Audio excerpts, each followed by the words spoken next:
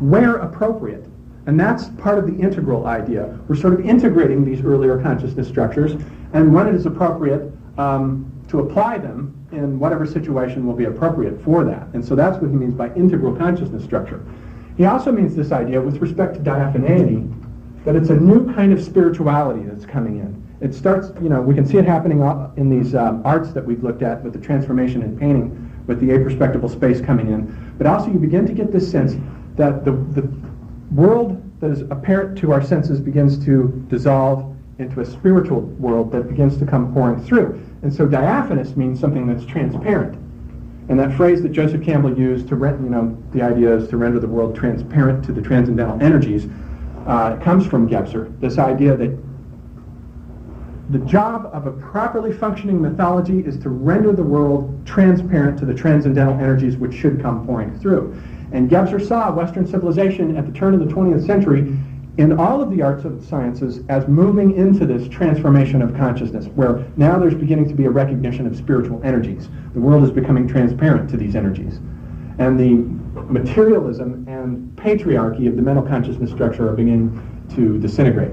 He says that you have the matriarchy and the mythical consciousness structure, and the patriarchy and the mental. But of course, we know that the patriarchy obviously overlaps with the mythical, as I mentioned earlier, with respect to the Babylonian myth of slaying the dragon Tiamat. So he oversimplifies that somewhat. And then the integral is, with respect to, is simply the integrum, where you have a balance of the male and female energies together.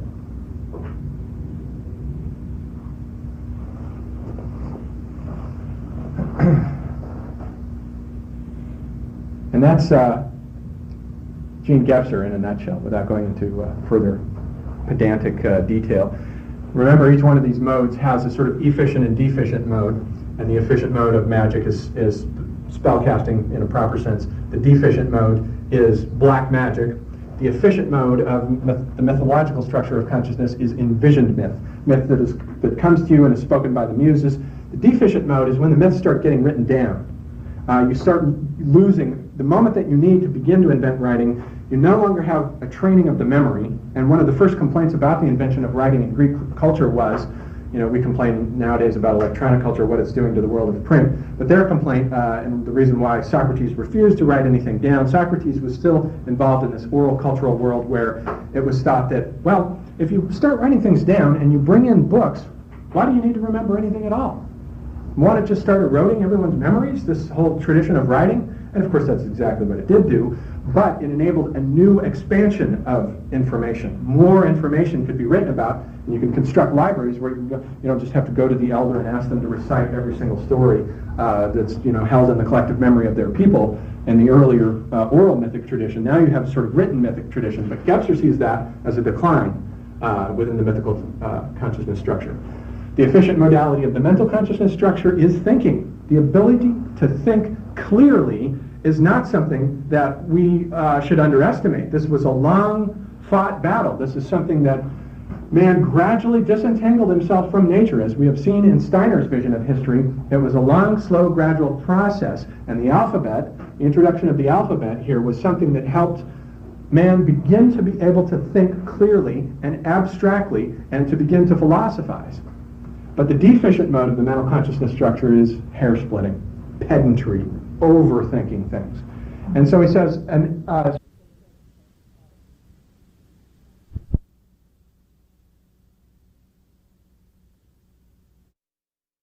ripe for mutation in the 19th century to a new structure of consciousness, where Spengler just saw this thing falling apart. Gebser sees this whole new diaphanous spiritual consciousness structure coming in. And the efficient modality of the integral consciousness structure is diaphaneity, seeing the spiritual energy coming through. But the deficient mode is this sort of dissolution of everything into the void. So he was very guarded about any of the Eastern traditions. He regarded the Eastern traditions, with the exception of Zen Buddhism, as regressive.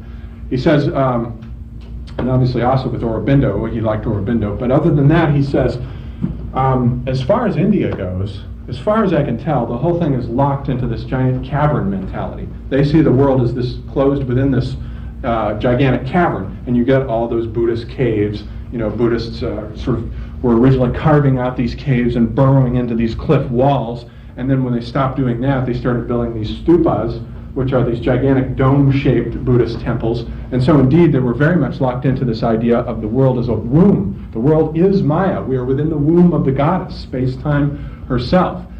And so Gebser saw that as something that we don't need to go to the Far East. We don't need to be importing Eastern wisdom over here because it's not where we're headed right now.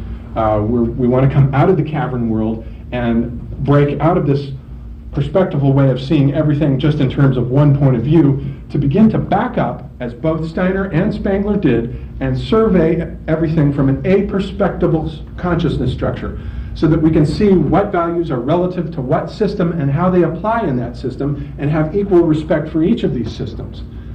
And I very much see Steiner as a manifestation of precisely this integral consciousness structure, because all of the consciousness structures are there in Steiner. You get the mythical consciousness structure. He invents his own creation myth. The language of myth is just, he is a mythologist. He isn't just writing about myths, he's actually inventing his own mythology. And not only that, but he was a trained philosopher and could outthink, almost anyone around him. He was just absolutely razor sharp in that sense.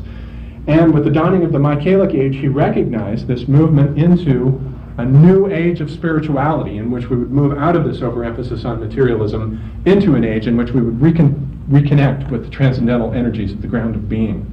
So I see Steiner as a paradigm case of Gebser's integral consciousness structure, and Spangler to a certain degree also, because Spangler says, remember my revolution in history is a Copernican revolution, where we step back away from this perspectival view of history. The Ptolemaic view of history is a perspectival view. Ancient, sort of medieval, and then modern. Like the opening of the Star Wars films when those words come out in a triangular shape, you can sort of see that happening. And the moderns are, sort of at the other end of the pyramid, the newest, highest thing.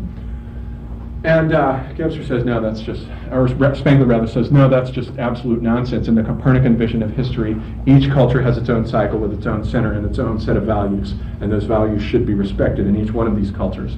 So he is also manifesting this kind of integral consciousness structure. So that's the new thing, the integral consciousness structure that Gebser sees coming out of these earlier structures of consciousness. So that's really Gene Gebser.